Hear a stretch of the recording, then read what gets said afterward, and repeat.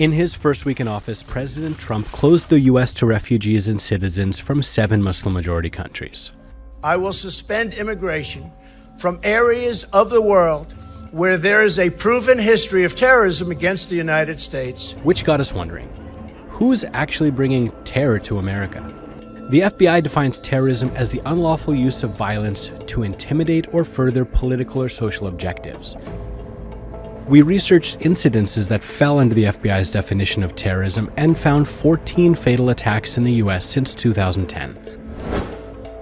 Andrew Joseph Stack III, from the United States.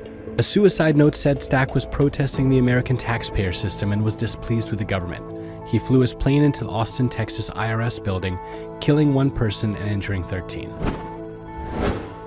Wade Michael Page, from the United States. Authorities said it was domestic terrorism and that Page was a white supremacist. He opened fire at a Sikh temple, killing 6 and injuring 4. Christopher Donner, from the United States. According to a manifesto, the former Los Angeles Police Department officer killed in response to police brutality and racism. He targeted police officers and their families in the LAPD, and in an 11,000-word Facebook post, listed 40 members of law enforcement he wanted to kill. He killed 4, injured 3.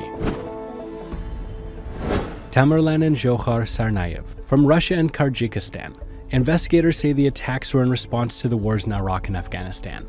They placed bombs around the Boston Marathon, carjacked, murdered police officers, overall killing 5 and injuring 280.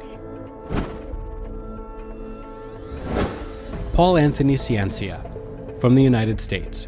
Ciancia carried a note saying that he wanted to kill TSA officers, calling them pigs and referencing a New World Order. He entered Terminal 3 of the Los Angeles International Airport and targeted TSA agents. He killed 1 and injured 6. Fraser Glenn Miller Jr., from the United States. Investigators say Miller was a neo-Nazi and a former KKK leader who held extremist white supremacist beliefs. He shot at people in the parking lot of Overland Park Jewish Community Center, then drove to the village Shalom, a Jewish retirement community about 1.5 kilometers away, and continued shooting, killing 3 people. Ali Mohammed Brown, from the United States. Investigators say Brown was retaliating against the U.S. government's involvement in Iraq, Syria, and Afghanistan. He targeted civilians using a 9mm handgun over a period of 3 months, killing 4. Jared and Amanda Miller, from the United States. The married couple uploaded videos saying that they were strongly against the U.S. government and law enforcement. They first shot and killed 2 police officers in a restaurant and then another unarmed civilian, totally killing 3. Eric Freen, from the United States. Police say Freen was a self-taught survivalist who had a grudge against law enforcement. He used a sniper rifle to shoot at troopers at the Pennsylvania State Police Barracks, killing 1 and injuring another. Dylan Roof, from the United States. Roof said he was attempting to start a race war, opening fire during a prayer service at a historic black church, killing 9 and injuring 1. Mohammed Yusuf Abdulaziz, from the United States.